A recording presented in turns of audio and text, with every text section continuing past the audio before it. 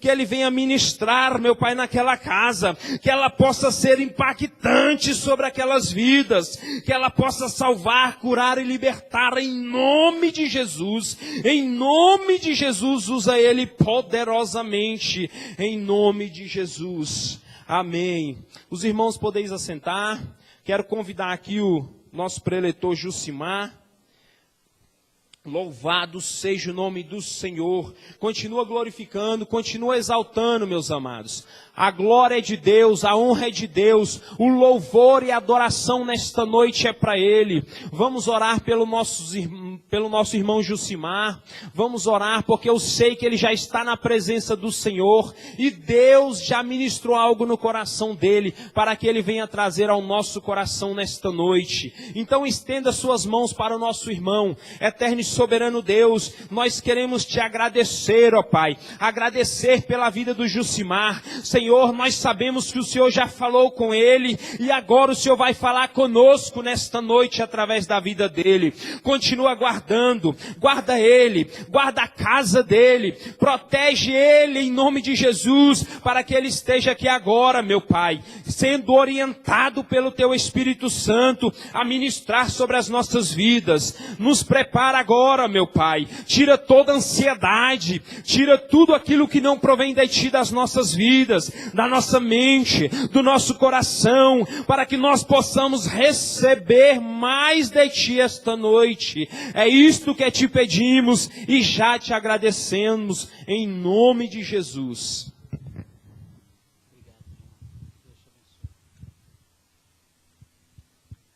Quero cumprimentar os irmãos com a paz do Senhor. Sou grato a Deus, irmãos, por mais esse privilégio, mais essa oportunidade de estar aqui, para junto nós ouvirmos a palavra do Senhor.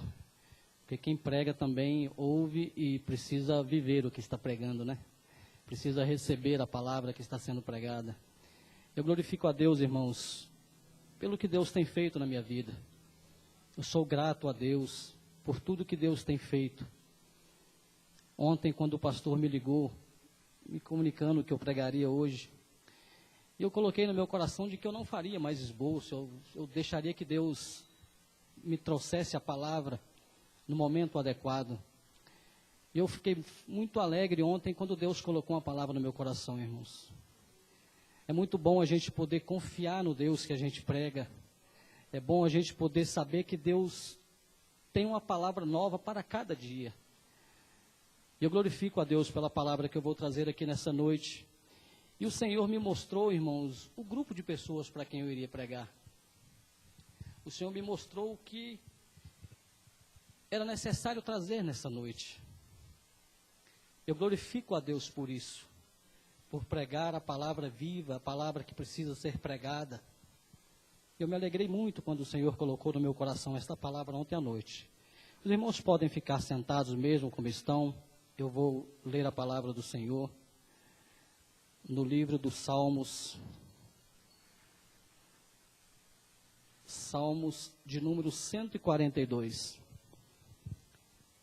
Quem conhece o livro dos Salmos sabe que Davi, quando escreve esse salmo, ele estava em uma caverna, chamada Caverna de Adulão. Ali ele tinha ao seu lado aproximadamente 400 homens. Mas se você analisar o grupo de pessoas que estava naquele momento ao lado de Davi, era de fazer dó para Davi.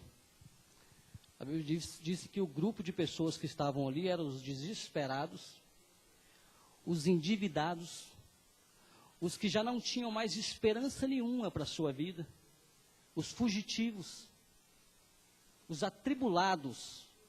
Era um grupo de pessoas que Deus tinha colocado do lado de Davi dentro de uma caverna.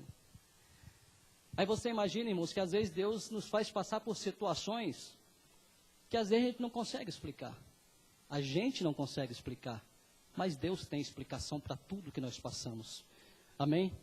Salmo número 142 diz assim: com a minha voz clamei ao Senhor, derramei a minha queixa perante a sua face, expus-lhe a minha angústia, quando o meu espírito estava angustiado em mim. Então conhecestes a minha vereda, No caminho em que eu andava, esconderam-me um laço. Olhei para a minha direita. Glória a Deus.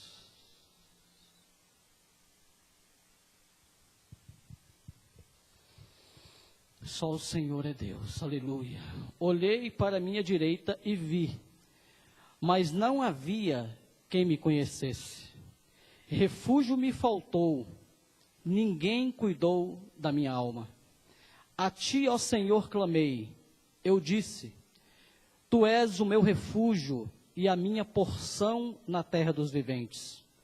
Atende ao meu clamor, porque estou muito abatido.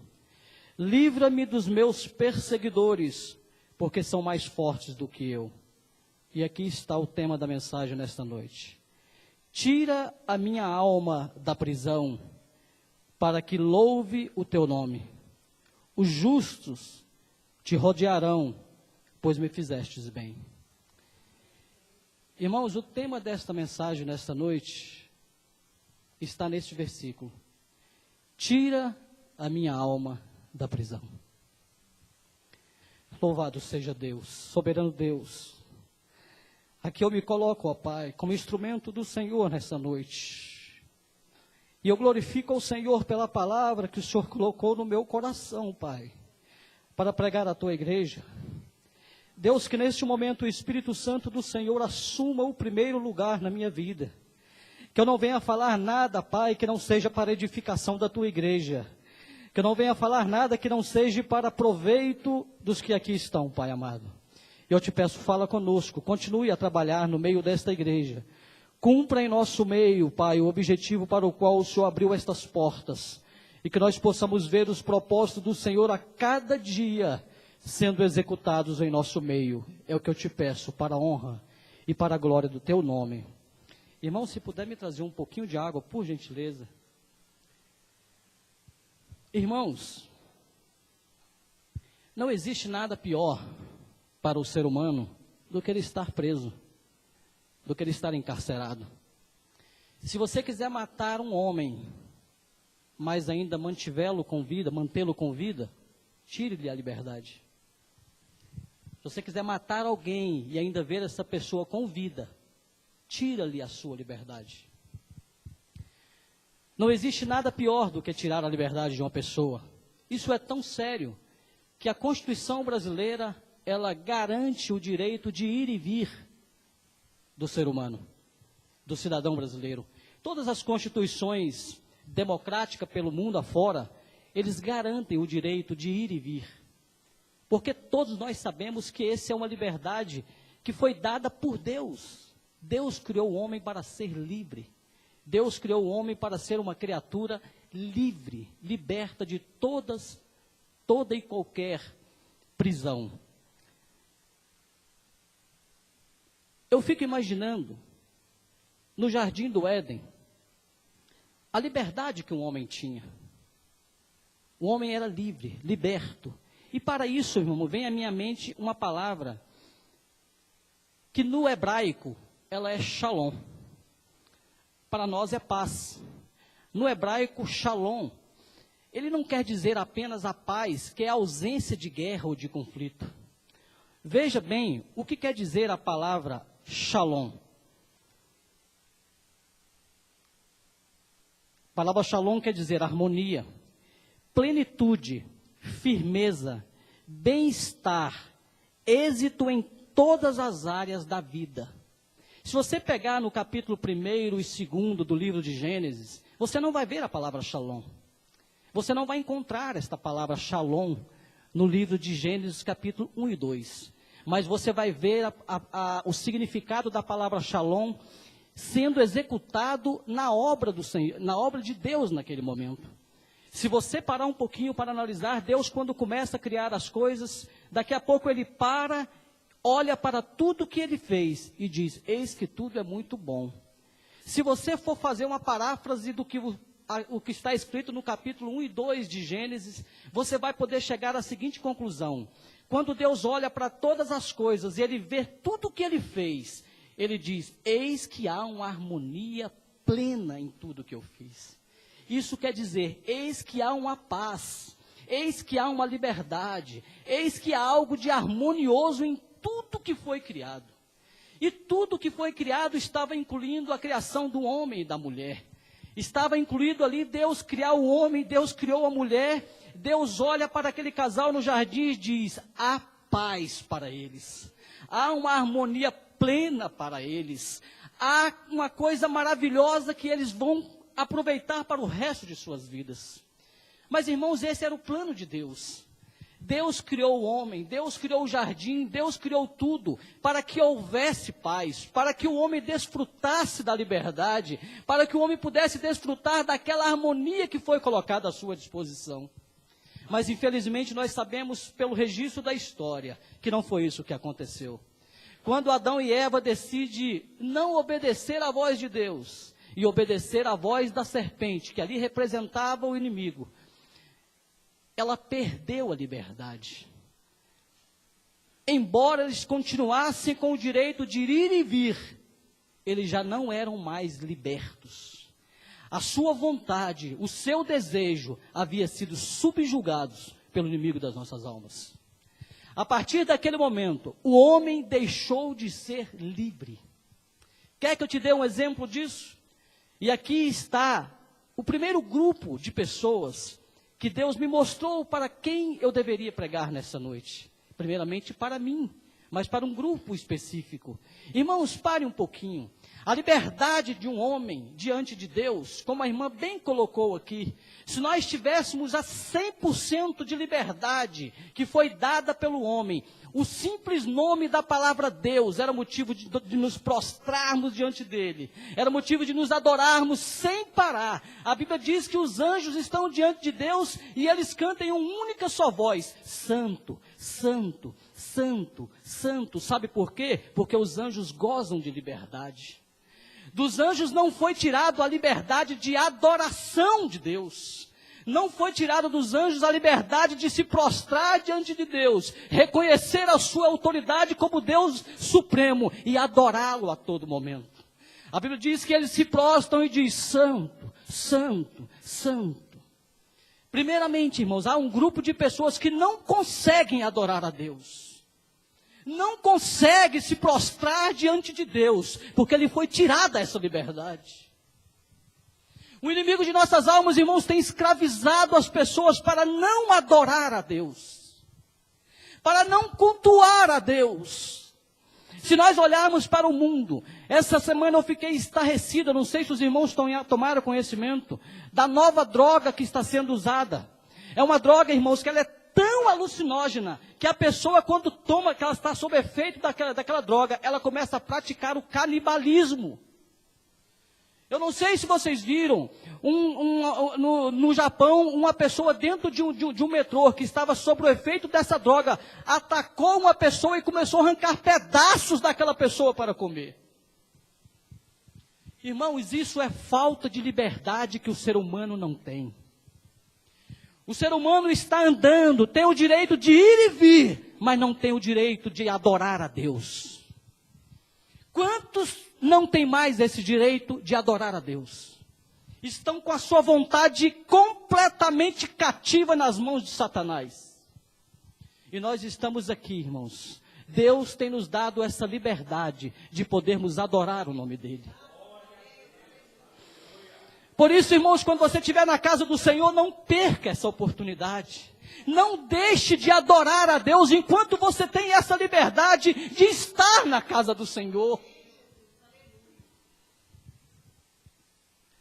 É interessante que quando Paulo, talvez olhando para esse cenário do Jardim do Éden, ele escreve lá em Romanos, capítulo 7, versículos 19 ao 27. Olha só o que ele escreve. É longo, mas eu gostaria que os irmãos pudessem acompanhar. Falo como homem, pela fraqueza da vossa carne, pois que assim como apresentaste os vossos membros para servirem à imundícia e à maldade, para a maldade, assim apresentei agora os vossos membros para servir à justiça, para a santificação. Porque quando éramos servos do pecado, estáveis livres da justiça. E o fruto tinha então as suas coisas que agora vos envergonhais. Paulo estava dizendo, olha, quando nós não tínhamos mais a liberdade, nós nos envergonhávamos do que nós estávamos fazendo. Paulo dizia que ele apresentava os seus membros para o pecado. Ele apresentava os seus membros para o que aquilo lhe trazia depois vergonha. Paulo estava dizendo, olha, eu era escravo da minha liberdade. Eu não tinha mais liberdade. Quando nós olhamos para este cenário, irmãos, nós podemos analisar quantas pessoas estão carentes de liberdades. Quantas pessoas estão carentes de liberdade. Mas eu vou mais profundo nesse assunto. Quando nós olhamos para a Bíblia, irmãos, nós vamos ver homens e mulheres que foram acorrentados, tinham a sua liberdade completamente cerceadas. E nós vamos ver em que áreas da vida as pessoas tinham a sua liberdade cerceada. Quando nós olhamos para a vida de Moisés, irmãos, a palavra de Deus nos diz que foi um homem que viveu de forma extraordinária, nasceu de forma extraordinária, viveu de forma extraordinária, tinha um futuro extraordinário pela frente, e ele atropelou algumas etapas da sua vida. A Bíblia diz que ele foi criado ali pela filha de Faraó, foi criado e foi preparado para ser um faraó. Tudo na vida de Moisés o encaminhava para ser um grande homem. Ele tinha essa perspectiva. Moisés sabia que Deus havia de lhe usar. Moisés sabia que Deus tinha um plano na vida dele. Mas chega um determinado momento da sua vida que ele decide tomar uma decisão, irmãos, de atropelar o plano de Deus. Ele já estava ali assumindo posições dentro do reino do Egito. Chega um determinado momento, talvez ele pare e pense, olha, eu tenho uma promessa da parte de Deus. Deus falou que eu seria o libertador desta nação. De repente ele vê alguém que está maltratando um israelita. E ele então toma frente, age pelo impulso da carne, toma decisões que Deus não havia lhe determinado, e ele mata aquele homem. Ele imaginou que por ele ter o chamado de Deus, por ele ter a promessa de Deus, ele poderia agir de qualquer maneira. Ele então mata aquele homem. Mas você não vê em lugar nenhum da Bíblia que Deus tinha dito a Moisés, Moisés, se você vê alguém maltratando um israelita, pode matar que eu estarei contigo. Você não vê em lugar nenhum a Bíblia dizendo sobre isso. Ele então toma aquela decisão. E por tomar aquela decisão, Moisés viveu 40 anos fugitivo. Eu fico imaginando, irmãos, durante os 40 anos, Moisés, a Bíblia diz claramente que ele estava vivendo de favor na casa do seu sogro. Ele estava cuidando de um grupo de ovelhas que não era sua. Isso mostra que Moisés vivia uma vida de penúria. Um homem que saiu do castelo, saiu de uma vida de abastança, vivia para comer o pão diário. Eu fico imaginando a cabeça daquele homem.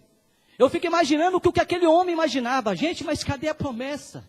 Deus falou que eu iria ser uma pessoa grande. Deus falou que eu iria libertar as pessoas. Deus falou que eu seria libertador. Olha a situação que eu me encontro. Moisés estava naquele momento, irmãos, com a sua vontade aprisionada ao passado. Moisés estava aprisionado ao passado. E Deus precisava libertar Moisés daquela situação. Deus precisava libertar Moisés do seu passado. Talvez você está aqui nessa noite e Deus precisa agir na sua vida para tirar algo do seu passado. Talvez Deus precisa fazer na sua vida algo que você ainda não fez, que é esquecer o seu passado, viver uma plenitude que Deus tem para você daqui para frente. E se for isso que Deus precisa fazer, Deus manda te dizer que vai fazer. Se você está aprisionado ao seu passado e você precisa ser liberto, Deus há de fazer isso na sua vida. Moisés não conseguiria se libertar do seu passado.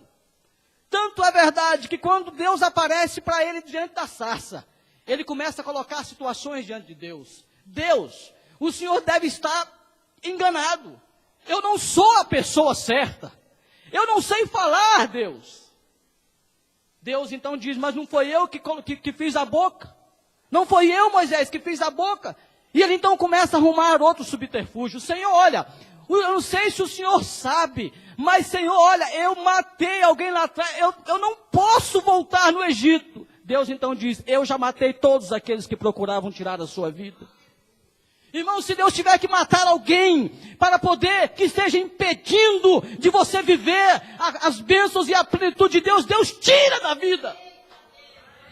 Deus tira.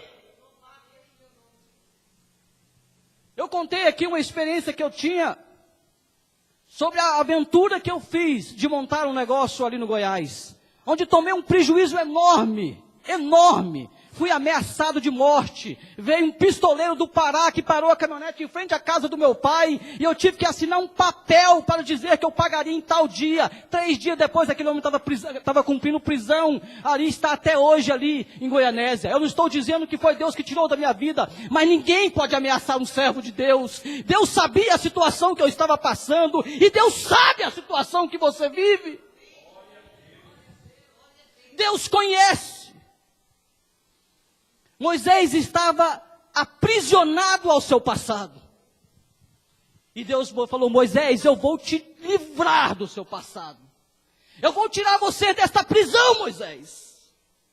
Eu vou te libertar do seu passado. Aleluia, glória a Deus. E todos nós conhecemos o que Deus fez através de Moisés. Não tem passado feio, irmãos. Não tem o passado mais difícil que impeça o plano de Deus na vida de um ser humano.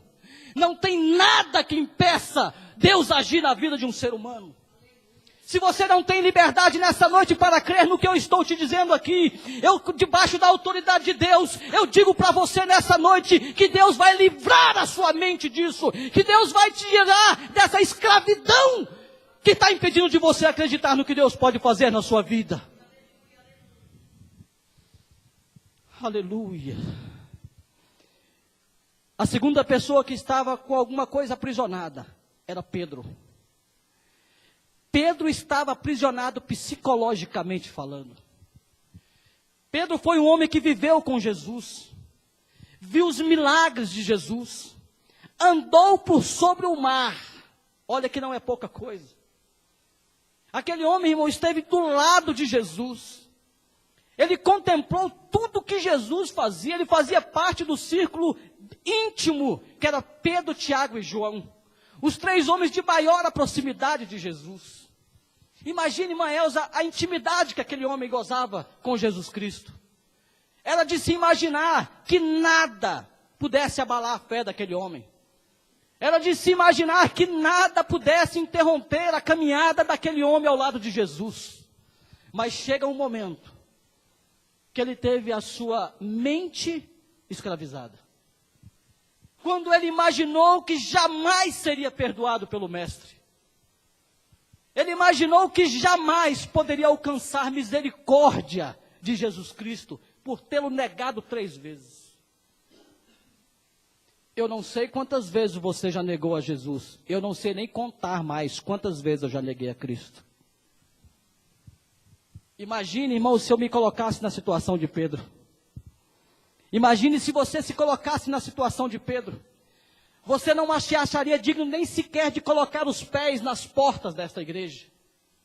Mas se você está aqui, é porque Deus já te libertou dessa prisão psicológica.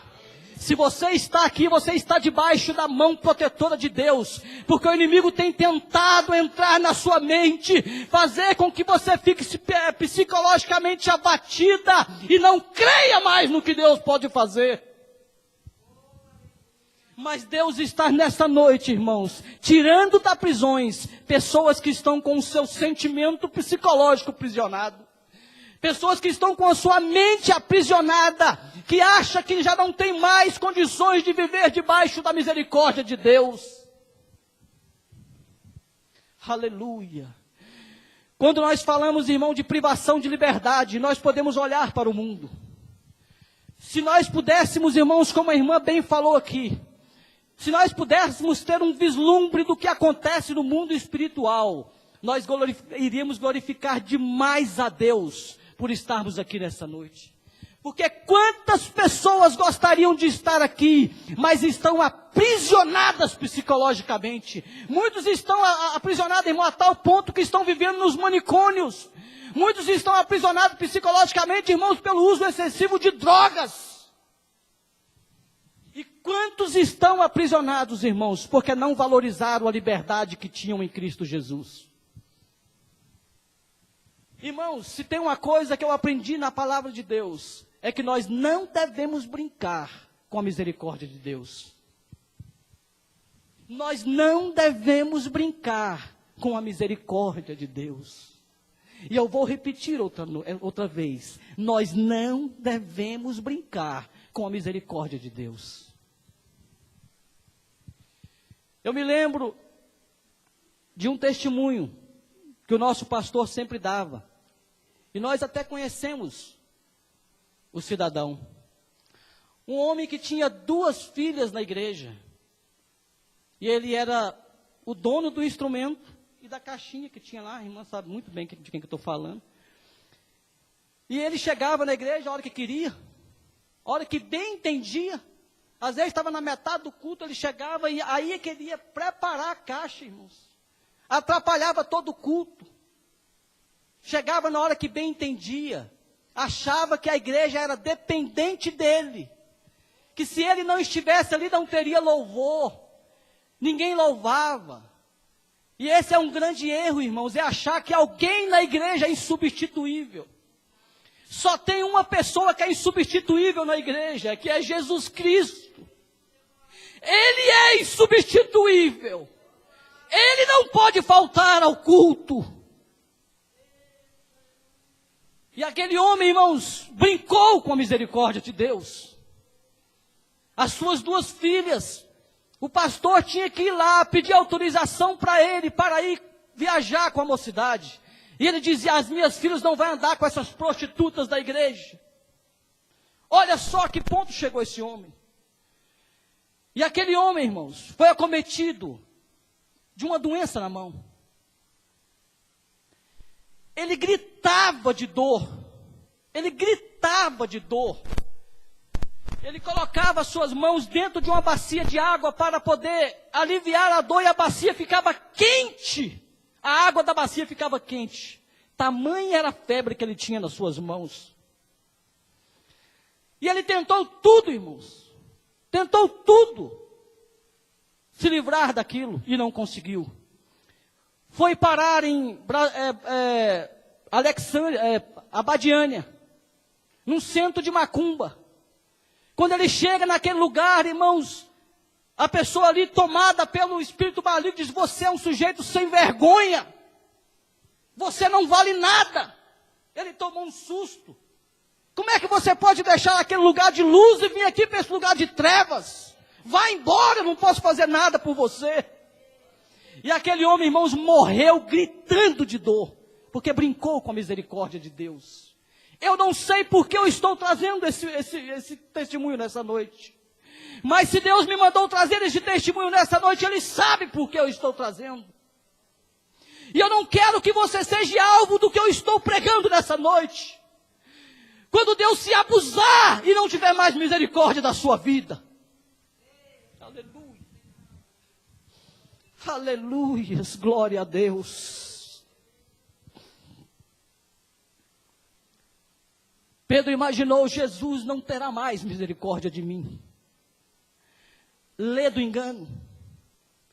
Enquanto você estiver tentando, enquanto você estiver reconhecendo que não é nada, Deus terá misericórdia de você.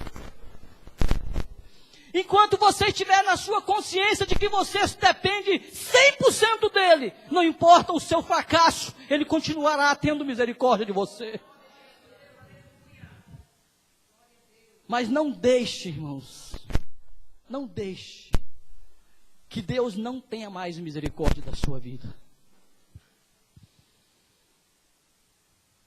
Quando nós chegamos no livro de Lucas, no capítulo 15, versículos de 11 a 51, vemos a parábola do filho pródigo. Aquele homem estava aprisionado, porque ele achou que tinha abandonado Jesus também. Irmã Elza, muitas vezes, ou quase sempre, o inimigo classifica os pecados. O inimigo tenta fazer com que nós classifiquemos o tipo de pecado. Olha, se você mentir, a misericórdia de Deus vai afastar um pouquinho. Se você prostituir, aí isso não existe. Pecado, irmãos, é pecado, não existe pecado pequeno ou pecado grande. Quando nós olhamos para a palavra do filho pródigo, a Bíblia diz que eram 2 irmãos. Um chega diante do seu pai e diz: olha, me dá a parte da minha herança, que eu quero sair daqui. Eu quero ir embora. Eu fico imaginando, olhando para alguém da minha família, alguém teve que fazer assim, chegar no meu tio e dizer: olha, vamos dividir aqui, que ninguém aguenta mais viver nessa pobreza. Um homem tão rico, mas vivia em cima de uma pobreza como se fosse uma pessoa miserável. Talvez não seja o caso daquele filho pródigo, mas ele chega assim: olha, me dá a minha herança que eu quero viver na minha vida. Me dá aqui a minha parte. E a Bíblia diz que o pai amoroso deu, aquele pai representa o Deus. Quando você quer ir para o mundo, irmãos, e fazer a sua vontade, Deus não vai te impedir. De maneira alguma. Deus não vai impedir. Porque Deus não quer, de maneira alguma, que você esteja na casa dele, por pressão. Aquele pai diz, eu imagino a dor no coração daquele pai. Como ele diz: você quer ir? Está aqui a sua herança. Toma, vai. Talvez aquele pai já imaginou, ele vai voltar. Vai vir, ele vai voltar. Vai vir machucado. Vai vir todo esfoliado, mas ele vai voltar. Porque, irmãos, quem conhece a palavra de Deus, quem já experimentou da bondade de Deus, pode até ir lá fora se machucar, pode até ir lá fora comer um pouco de comida de porco, pode até ir lá fora para se machucar todo, para estragar o seu corpo, para estragar a sua mente, mas volta para Jesus. E aquele pai diz: pode ir. Ele então pega a sua herança. Imagina que o dinheiro fosse lhe trazer felicidade. Oh, irmãos, triste é a vida de quem coloca a sua felicidade no dinheiro. Triste é a vida daquela pessoa que acha porque tem um carro, porque tem uma boa casa, porque tem um bom emprego, porque tem uma excelente conta bancária, isso vai lhe trazer felicidade. Tempo atrás eu ouvi a frase de uma pessoa que começou a caminhar juntamente conosco na igreja. Ele tinha prazer em estudar a palavra de Deus comigo. Quantas vezes ia para a minha casa e a gente preparava estudos bíblicos ali. Aquele rapaz tão atencioso com a palavra de Deus. Aquele rapaz que muitas vezes me chamava para orarmos de madrugada.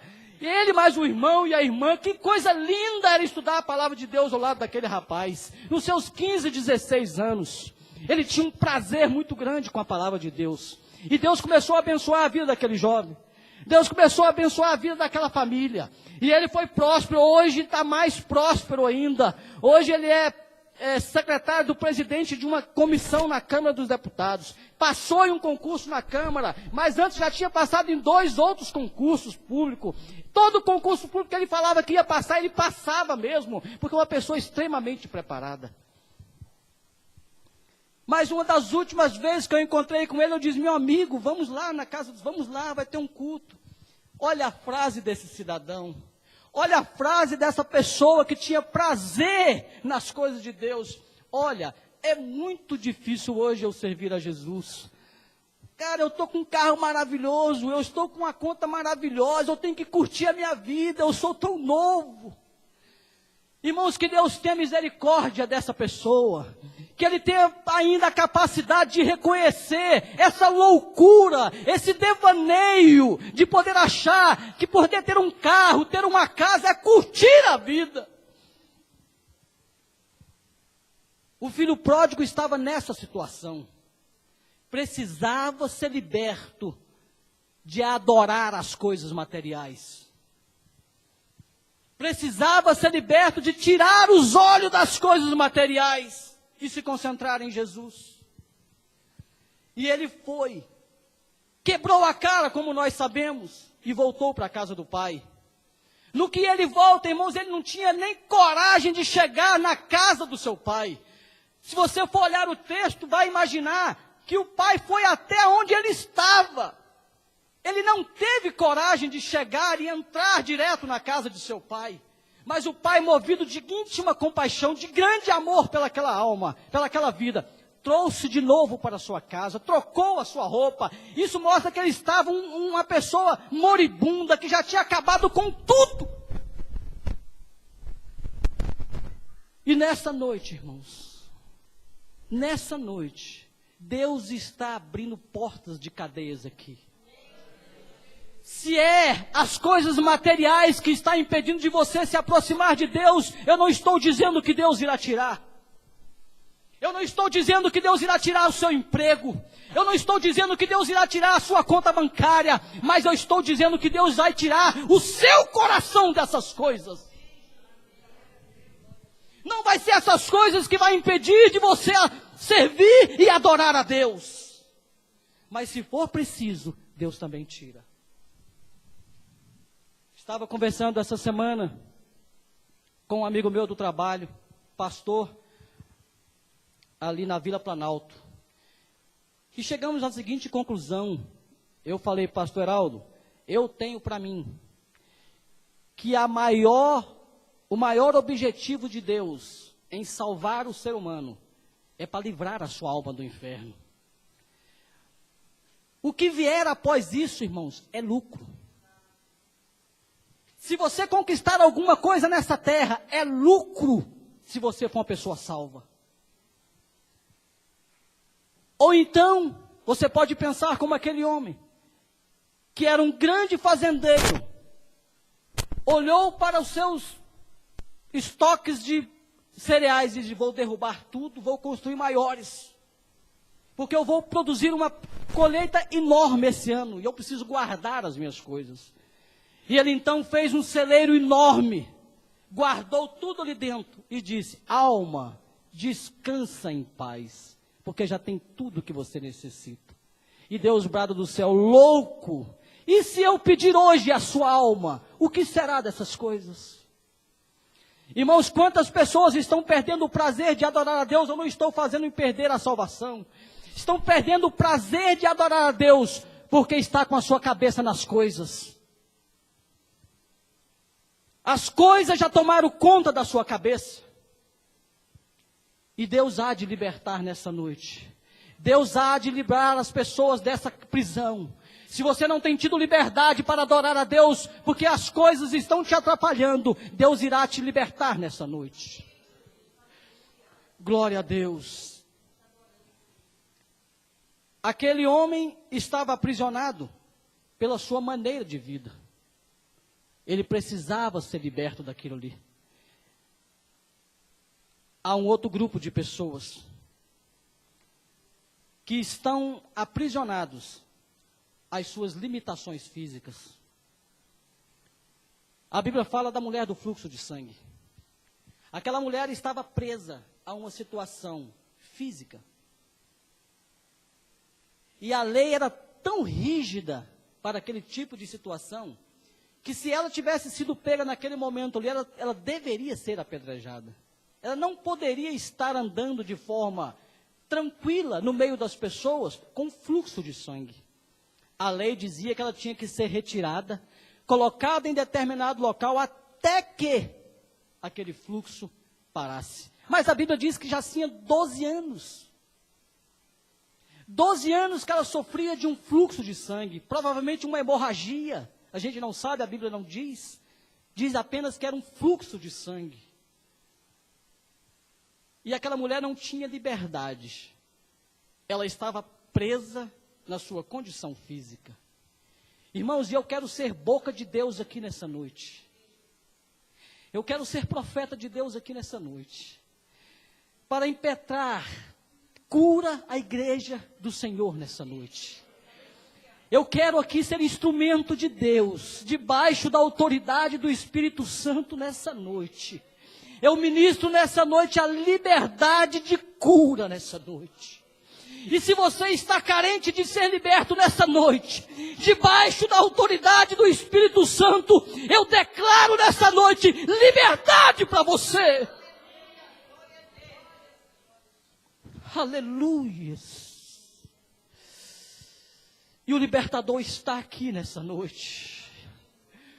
Eu não sei, irmãos, qual é a sua dificuldade, mas Deus me mostrou um grupo de pessoas que dobravam o seu joelho e não conseguiam orar. Deus me mostrou um grupo de pessoas que até iniciava um jejum, 10 minutos depois interrompia. Deus me mostrava um grupo de pessoas que tinha vontade de ler a palavra de Deus, começava 3, 4 dias depois interrompia. Aleluias. E Deus há de libertar nessa noite. Deus há de trazer liberdade para a sua vida. Deus há de abrir essa prisão da sua vida. Coloque-se de pé nessa hora. Irmãos,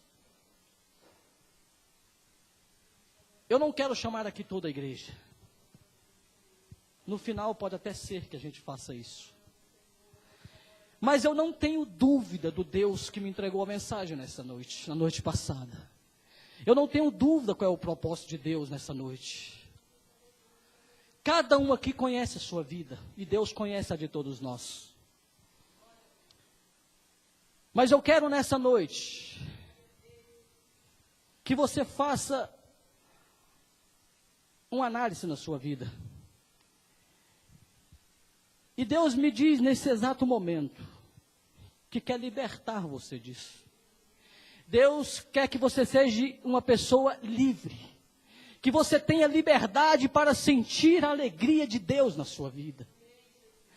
Talvez você se enquadre naquele grupo das pessoas que dobram o joelho, e imediatamente ou dorme ou levanta. Não se acha digno de se colocar diante de Deus. Talvez você é o grupo daquela pessoa que quer e precisa ler a palavra de Deus. E você coloca até esse ano eu vou começar a ler a palavra de Deus. Mas você não consegue levar isso adiante. O prazer da leitura fugiu da sua mente. O diabo tirou o prazer da leitura da sua mente. Eu quero orar por você. Eu quero que você venha aqui à frente. Porque eu vou orar por você. E o Deus que trouxe esta palavra há de trazer libertação.